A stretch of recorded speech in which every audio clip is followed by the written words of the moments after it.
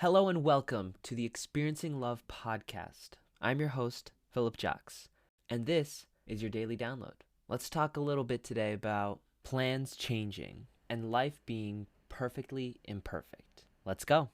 Before I started to record today's episode, I had only one quote in mind, one line, and it's the line that things don't always go according to plan. The more experiences I have and the longer that I'm alive, I'm now realizing just how rarely things go according to plan. I've already been taught in numerous ways that the plan is meant to change. I often think about the old quote, if you want to make God laugh, tell him your plans. For instance, I had plans last night to do some extra work, but when I got home, I noticed that my laptop was missing. I ended up leaving it behind at a yoga studio where I met up with some of my friends and chosen family. And so that plan went out the window. I said, okay, I don't need to do work tonight. I decided to relax. I took it easy. I rested my body and my mind. I read a book. And God showed me what his plans were. Because by leaving the laptop there, I ended up staying for a yoga class. One that,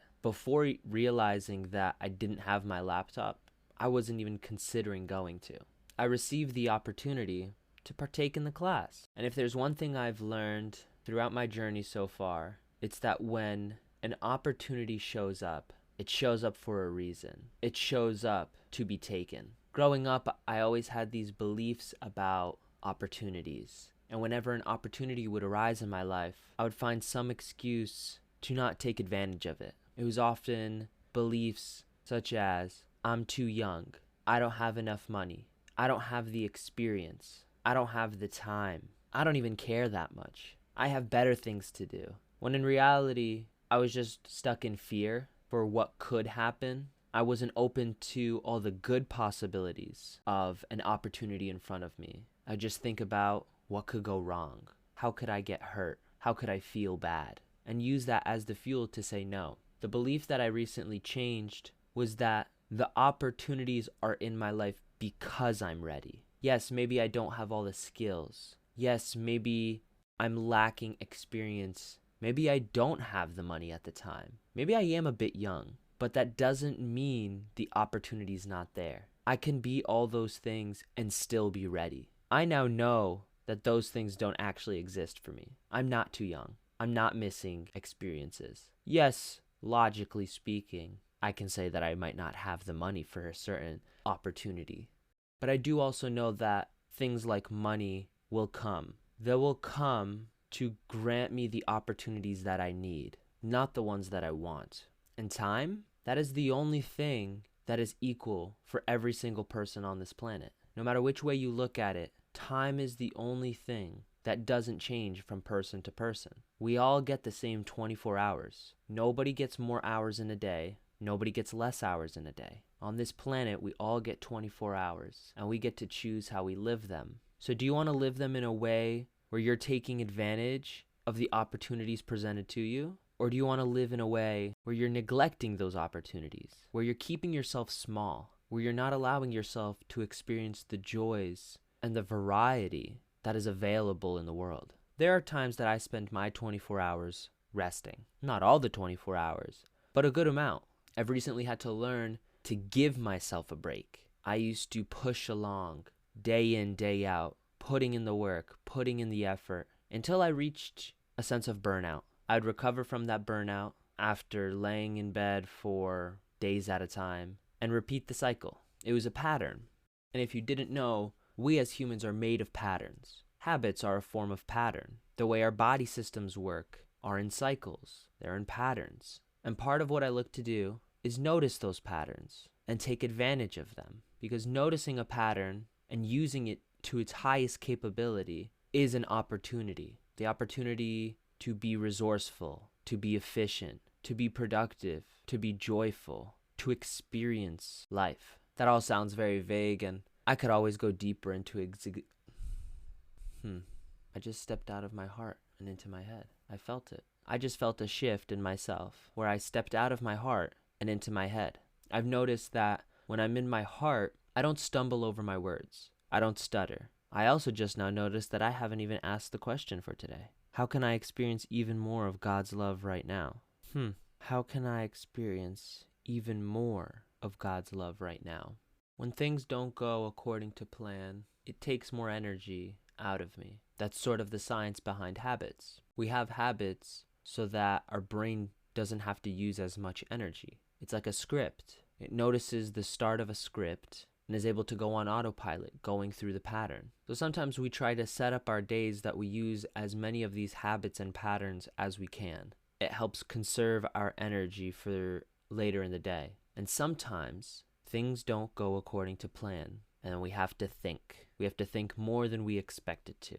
And depending on the shift in the plan, it could really drain a lot of energy. That's what happened to me from yesterday till today. I've been in a routine. I've been consistently going to bed at the same time, waking up at the same time. I would do my morning routine, go on my walk, come back and record. And that changed today. And that on top of all the days that I've been exercising recently, I just felt a fatigue in my body. And it was a knowing that it was time to rest, just for a little bit, at least for a little bit. So I laid down and I took a nap. And the nap went from 30 minutes to 90 minutes, real fast. When I woke up, I wondered about recording. Do I want to record today? The answer was a voice saying, no, take it easy, rest, you've earned it. But then there's this second voice that was a little bit quieter, but that I'm learning to make louder. And it's this voice that reminded me of a promise I made at the beginning of this year.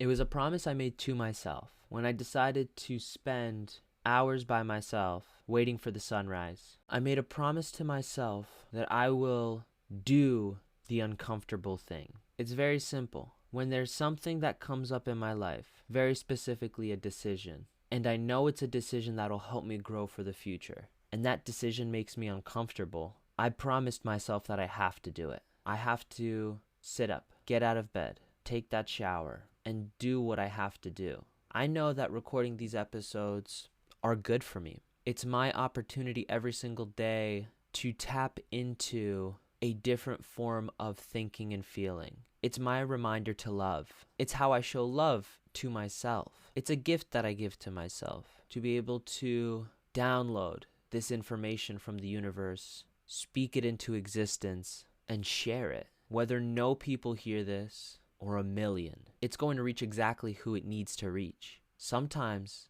it just needs to reach me. I need to speak the words so that I can hear them.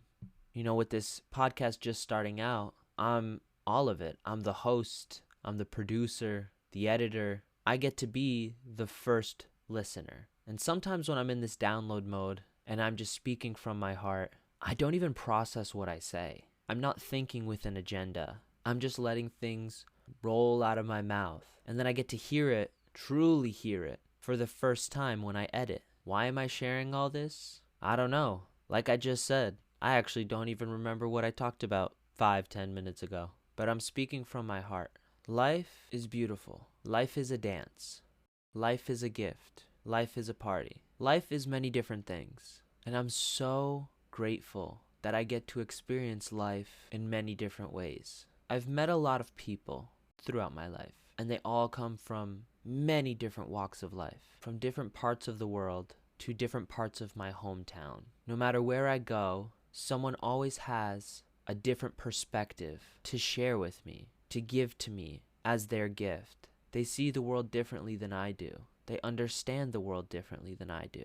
And neither one of us is ever right or wrong, because we both believe and value the exact things we're meant to in those moments.